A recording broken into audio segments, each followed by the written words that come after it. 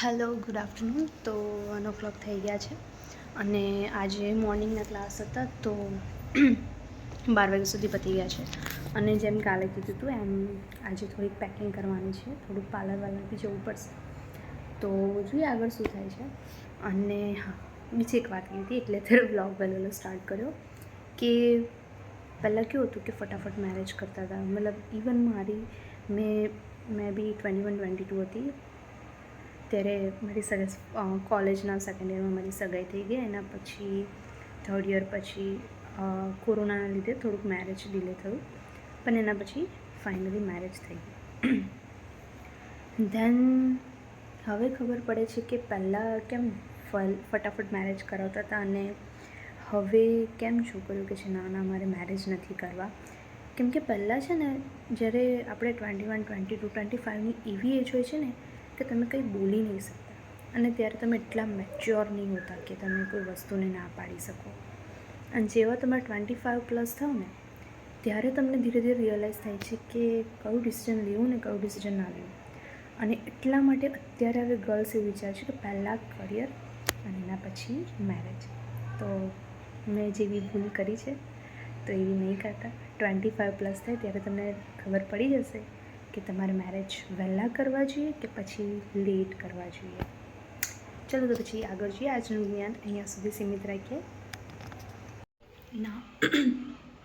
Now it's 6 o'clock અને હવે કાલે જેવી રીતે કીધું હતું કે જવાનું છે તો થોડોક શોપિંગ કરવા જાઉં છું. તો બસ હવે જોઈએ ક્યાં આગળ જવાય છે. ઝૂડિયો છે કે પછી નજદીકમાં કોઈ શોપ હોય ત્યાં આગળ જોઈએ ક્યાં આગળ બેટર રહે છે. ચલો, સો સ્ટે ટ્યુન્ડ.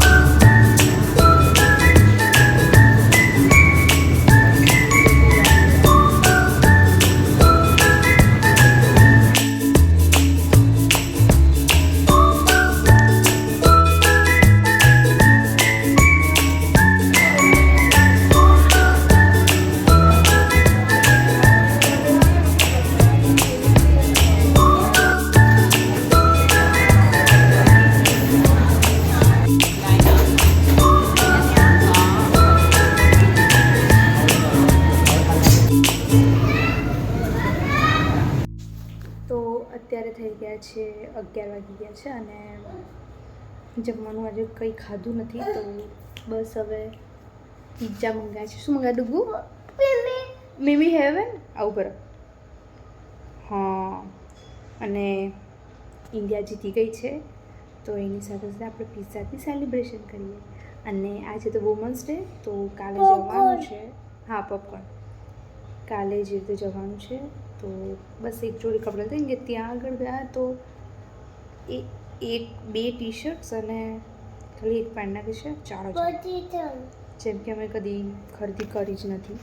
પછી અમે ગયા શું જોઈએ છે? ગેમ બોલું છે. આ વાળું? આ વાળું? હા.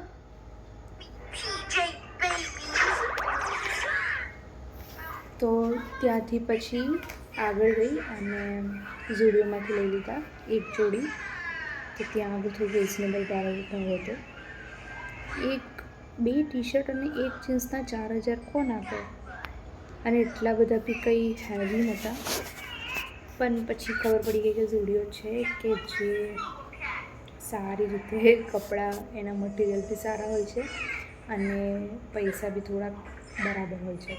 તો હવે તમે જ્યારે બી જાઓ તો એકવાર રિટેલ જે બહાર સ્ટોર્સ હોય છે સ્ટોર્સ પર જશો અને પછી તમે જાઓ ઝુડિયોમાં. તમને ડેફિનેટલી છે કે ઝુડિયોમાં જવું જોઈએ. તો બ્લોગ જોજો, ખબર પડી જશે કે ઝુડિયોમાં જવું જોઈએ કે ના જવું જોઈએ.